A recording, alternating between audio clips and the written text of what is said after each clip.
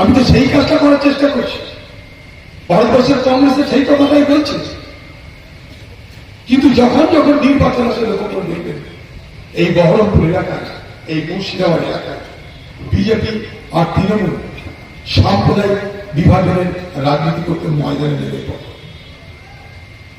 যখনই আপনি ভোট হবে, খেয়াল করে দেখবেন ভোট হলেই হিন্দু মুসলমান, মুসলমান হিন্দু কথা শুরু হয়ে গেল।